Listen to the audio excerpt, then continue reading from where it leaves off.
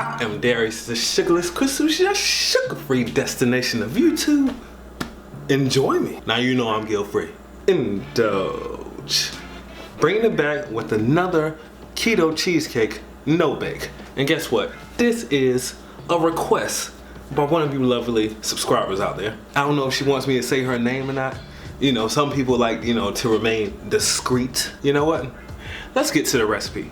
Now, starting out with this, you want to make the crust first. And based off my last keto cheesecake no bake recipe, my snickerdoodle, I actually did bars with that one. I'll put that in the description box and in the card for you as well. I cooked the crust. So this time I wanted to see what it would taste like if I didn't bake the crust, if I just simply crumbled it up and stuck it in the bottom of the cheesecake. Nasty. That's what it was, okay? That's what it was, nasty. It was really, really bad. Like, I was like, in the oven we go. We're gonna start out with 2 tablespoons of cold butter or either room temperature butter. Now, you have an option here because if you do it cold, just take your hands, squish it together, and then flatten it out on a cookie sheet. If it's room temperature, like mine was, you can take it and just mix it in with almond flour and cinnamon and a sweetener. Now, the sweetener isn't necessary. You can actually skip the sweetener, to be honest. It doesn't really do anything. If you're tasting it by itself, because you're gonna have a lot of excess, then it'll be more of a cookie flavor type. But if you're just using the crust for the cheesecake, you don't even have to worry about it because you're actually going to discard the majority of it. I hate to throw things away. There was no way to make one cookie, So you're gonna press it out as so, and what you're gonna do is you're gonna put it in the oven at 350 for about 7 to 9 minutes. Now, you're gonna pull this out. It's still gonna be not cooked yet, or raw would probably be the more professional version, but it's still not gonna be done. So what you're gonna do is you're gonna score the cookie sheet. You're gonna score it up. The idea behind it is to separate the almond flour and the butter. So you're adding spacing, so what's gonna happen is in between all those little crevices, it's going to brown.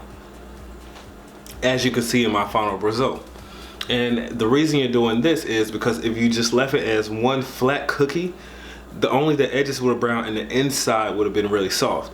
But see, what we're gonna do is we're gonna crumble this up. We're gonna crumble it and we're gonna place it inside of the jars after the cheesecake is done anyway. And once you allow the almond flour to cool, all you gotta do is crumble it. Next, we're gonna move on to the key lime keto cheesecake filling. Now, I had never had key lime before, so I went to Walmart and I had to ingest sugar. Now, some of the things that you guys asked me to make, I've never had. I've never tasted it. I got like the little coconut milk yogurt that was key lime flavor, and I took like a tablespoon or two tablespoons exactly. And it wasn't like it was a whole bunch of sugar. Now, if I would have ate the whole thing, I think it would have been about 20 grams. But anyway, that's neither here nor there. But I found out how key lime dessert is supposed to taste. It's Key West lime juice. This is simply, you can find it in Walmart, Harris Teeter. I think I got mine at Walmart. I can't remember exactly because I shop at those 2 stores, but I didn't get it out of Whole Foods. I'll tell you that much. Now, this you do need to have at room temperature. We're gonna start with the cream cheese. Then we're gonna blend the cream cheese and the sour cream together. We're gonna use powdered sweetener because the powdered sweetener is gonna mix in better than just leave it in granulated. But if you have granulated and you don't have a coffee grinder, then granulated is just gonna have to work. Powdered versions that you can buy, Swerve has a confectionist version. But like I said, the coffee grinder works just fine and you can use it over and over and over again. Don't do like I did. Don't do like me and toss it all in there, okay? Because what's gonna happen is you're gonna get clumps. So what you wanna do is you wanna put it in small parts at a time.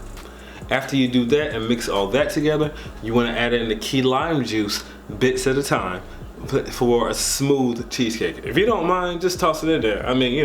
I didn't. If you care about the consistency, which is important, then you want to keep everything smooth and you want to add the powdered sweetener and the key lime juice in there in parts. And you want to finish it off with liquid stevia to really help with your sweetness. So what do we have? 8 ounces cream cheese, 2 tablespoons of sour cream, 2 tablespoons of powdered sweetener, 1/4 cup of key lime juice, and 1/2 teaspoon of liquid stevia. After this is mixed in, we have the opportunity to make the goodies, the great part. We're gonna bring it all together, okay? So what you're gonna do is you're gonna take about a tablespoon of your crumbled up almond flour crust. You're gonna put that in each jar, shake it down. Now, ladies and gentlemen, we're talking layers here, okay? You're gonna spoon out the keto cheesecake filling and put it in each jar. You're gonna be left with about a tablespoon, and you can just really Put that in your mouth. I left that for you. Thank me later. It's all right. So what you can do now is you can actually eat the cheesecake, or you can let it set and firm up a little bit. It'll never actually get too hard, for the simple fact that of the lime juice being in there. And then it's time to eat. So I've been digging into this a little bit, as I did in the beginning of the video. Come to no surprise, I already know how it tastes. Now in the pictures you may notice that it has a little lime green tint to it. Don't worry about that, it's food color. As you see, it's white. You get the great key lime coming through, and then you get texture on top of that, because it's sort of a firm, once it's firmed up in the refrigerator, you get a nice hard jello cream. It actually has a very cream cheese texture, or softened cream cheese, or whipped cream cheese. Actually, it has that texture to it. It has the sourness of a lime and the sweetness sitting up under it. Then you have the added texture of the cookie crumbles at the bottom. They don't bring much flavor. You can tell a difference when you don't eat them. And actually, if you want, you can skip the cookie crumbles altogether, because like I said, the goodness is in the top. But it does add novelty to the dish. And for those people that actually enjoy pie crust, cheesecake crust, then you'll definitely want to make it. But those people like myself, who don't really care about it and I just want the filling, I never make that filling again. Then plus, it takes away from the no-bake version. I mean, because you gotta bake it. It's not like regular cheesecake. You just can't go grab graham crackers and crumble up and call it a day. We don't have those options in keto, okay? We don't. I'm sorry. I really am. That's actually it for this week. Stay tuned for this week for my live show. I actually do have the keto bakery goods now. And stay tuned after this. I got a little blooper for you, okay? That is my time, ladies and gentlemen. If you enjoyed this video, give it a thumbs up. And if you're new to the channel, hit that subscribe button. But I am Darius, the Sugarless Crystals, your sugar-free destination of YouTube. And I'm not a chef. No. I'm just an entertainer. You know, I had somebody comment on one of my posts the other day. Some things are different in keto. Like some of our flavors are off. I made a cauliflower hash brown recipe. I think it tastes great. I did wonderful, but it's cauliflower hash browns. This lady had the nerve to say, "Oh my God, it gets on my nerves so bad. Cauliflower tastes nothing like potatoes." I was like, oh my. Did I make an error and type potato hash brown?